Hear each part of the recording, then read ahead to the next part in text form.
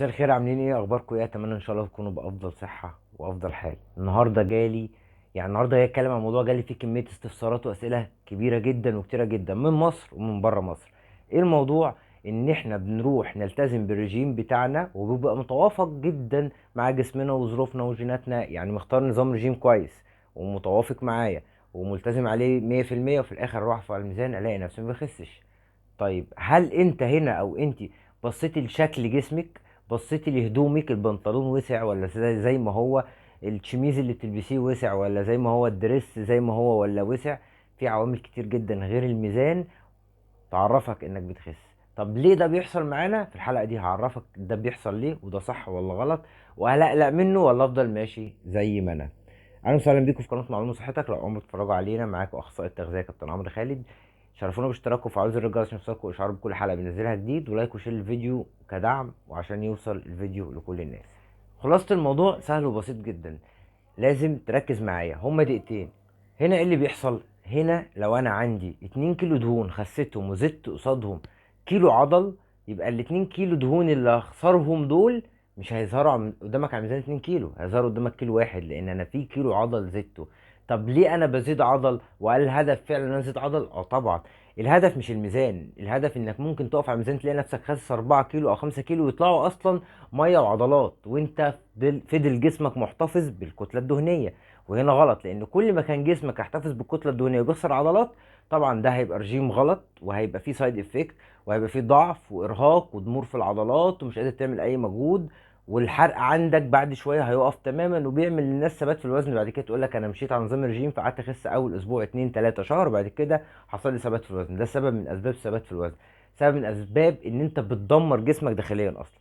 فخلينا نبقى عارفين كويس قوي ان الميزان مش هو العامل الاساسي او العامل الرئيسي اللي انا اعرف عليه انا بخس ولا لا. مهم، مهم، لكن مش هو 100% اللي بيعرفني انا بخس صح ولا غلط.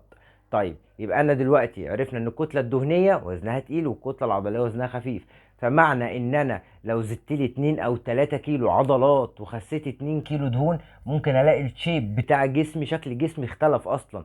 ممكن ابان اضخم شويه، ولكن الضخامه دي مش ضخامه دهنيه، مش شكلها وحش، دي ضخامه عضليه. طبعا انا هنا بتكلم عند الرجاله. عندي السيدات بتحافظ على الكتله العضليه، فده بيعلي معدل الحرق عندك، حتى شكل جسمك بيختلف، ما بقاش فيه ترهلات، ما بقاش شكلي بيختلف تماما. لما بتحافظي على كتلتك العضليه وبتنسفي وبتحرقي كتلتك الدهنيه، كده انت ماشيه صح.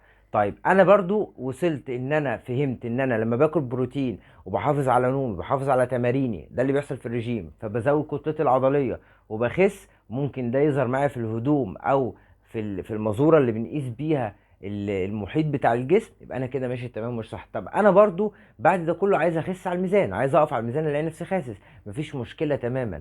هنا ممكن نظبط شويه او كميه البروتين وكميه الكارب اللي بتدخل علشان خاطر افضل محافظ على الكتله العضليه وانزل كتله دهنيه وفي نفس الوقت وزني ينزل. لكن انت كده او انت كده مش غلط. الميزان مش هو العامل الوحيد اللي اقدر اقيس بيه انا خسيت ولا لا. لو طالما انت بتحافظ يبقى تمام. طب انا عايز اعرف بقى واتاكد هل فعلا انا كده ماشي صح، وهل فعلا ايه اللي بخسه ده كتله دهنيه ولا كتله عضليه. طبعا ممكن نعمل انبادي على جهاز محترم، يكون حديث، ما يكونش قديم، ما يكونش متهالك، عشان طلع لي نسبه كويسه. وطبعا في ظروف لميزان الانبادي، عشان اطلع اوزن انبادي لازم في شويه حاجات بعملها قبل ما اطلع الانبادي. فبعد ما تطلع الانبادي ممكن بعد كل اسبوعين، بعد 15 يوم تطلع الانبادي. طالما شايف ان الكتله العضليه ثابته او بتزيد والكتله الدهنيه بتقل، يبقى انت كده تمام. ده حاجه من ضمن الحاجات اللي ممكن نعرفها لو انت فعلا بتخسر كتله دهنيه وبتحافظ على الكتله العضليه. الانبادي من احسن الحاجات اللي ممكن يقول لك المعلومه دي. تاني حاجه الهدوم.